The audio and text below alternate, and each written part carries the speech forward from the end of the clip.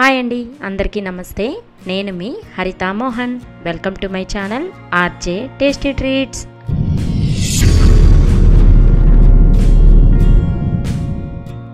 ఈరోజు మీ అందరికీ బెండకాయ రోటి పచ్చడిని ఎలా చేసుకోవాలో చూపిస్తానండి.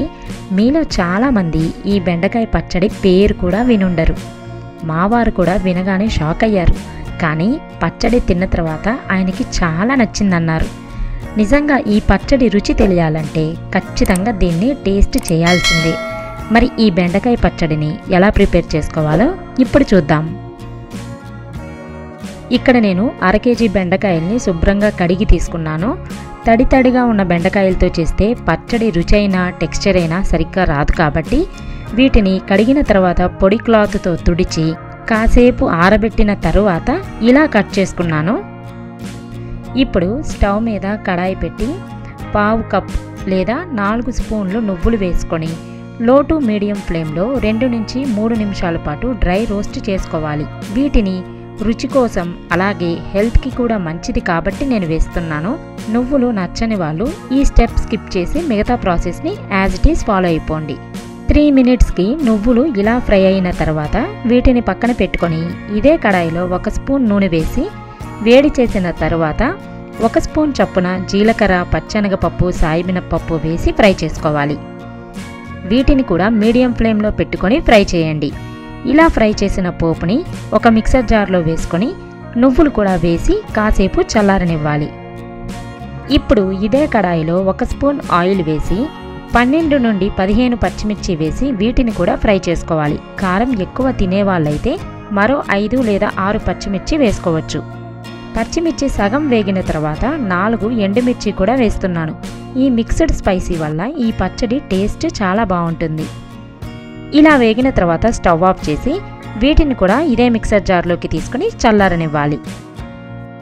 ఇదే కడాయిలో మరో 2 స్పూన్ల నూనె వేసుకొని కట్ చేసిన బెండకాయ ముక్కల్ని వేసి మీడియం ఫ్లేమ్లోనే ఫ్రై చేసుకోవాలి. మధ్యలో ఇలా కలుపుతూ ఫ్రై చేస్తే ముక్కలన్నీ సమానంగా త్వరగా వేగుతాయి. ఇందులోనే 1/2 స్పూన్ పసుపు, రుచికి సరిపడా ఉప్పు కూడా వేసి ముక్కలన్నీ బాగా కలుపుతూ ఫ్రై చేసుకోవాలి. కడిగి ఆరబెట్టిన బెండకాయలు కాబట్టి వీటికి ఎక్కువ జిగురు ఉండదు. ఈ కాస్త జిగురు కూడా ఇవి వేగుతున్న కొద్దీ ఆ జిగురు తగ్గిపోతుంది. వీటిని మరీ ఎక్కువగా ఫ్రై చేయాల్సిన పని లేదండి. వీటికున్న ఆ కాస్త జిగురు పోయి 70% ఫ్రై అయితే సరిపోతుంది. ఇక్కడ చూపిస్తున్నట్లుగా ఫ్రై చేసుకోవాలి. ఇక స్టవ్ ఆఫ్ చేసి వీటిని కూడా చల్లారనివ్వాలి. ఈలోపు మిక్సర్ జార్లో ఉన్న పోపులో 10 వెల్లుల్లి రెమ్మలు, చిన్న నిమ్మకాయ సైజ్ అంత చింతపండుని కొంచెం వాటర్లో నానబెట్టి వేసుకోవాలి. వీటిని ఇలా వీలైనంత మెత్తగా గ్రైండ్ చేసుకోవాలి. చింతపండులో వేసిన వాటర్తోనే ఇలా చక్కగా గ్రైండ్ అవుతాయి.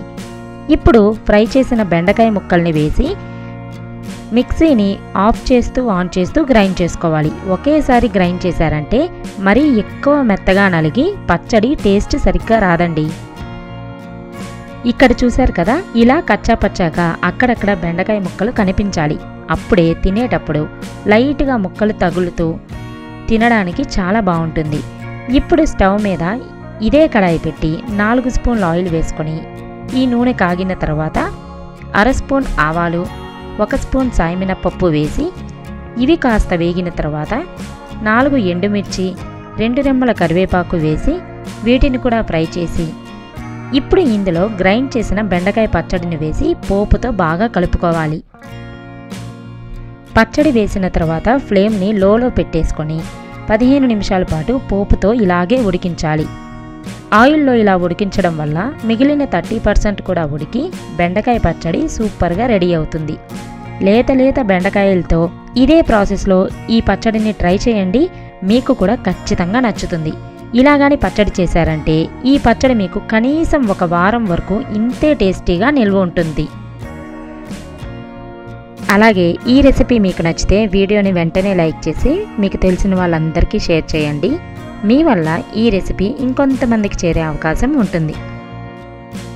బెండకాయలంటే నచ్చని వాళ్ళకి ఇలా రోటి పచ్చడిలా చేసి పెట్టండి. మీరు చెప్పేంత వరకు అది బెండకాయలతో చేశారని వాళ్ళకి కూడా తెలియదు. మరి ఈ సింపుల్ బెండకాయ పచ్చడిని ట్రై చేస్తారు కదా, చేసిన తర్వాత దీని టేస్ట్ మీకు ఎలా వచ్చిందో వీడియో కింద మర్చిపోకుండా కమెంట్ చేయండి. మన ఛానల్లో రాబోయే మరెన్నో రెసిపీస్ని మిస్ అవ్వకుండా చూడడం కోసం ఇంకా సబ్స్క్రైబ్ చేయని వాళ్ళు ఇప్పుడే నా ఛానల్ని సబ్స్క్రైబ్ చేసి బెల్ ఐకాన్ని యాక్టివేట్ చేసుకోండి. మరో ఇంట్రెస్టింగ్ రెసిపీతో మళ్ళీ కలుద్దాం. Thanks for watching.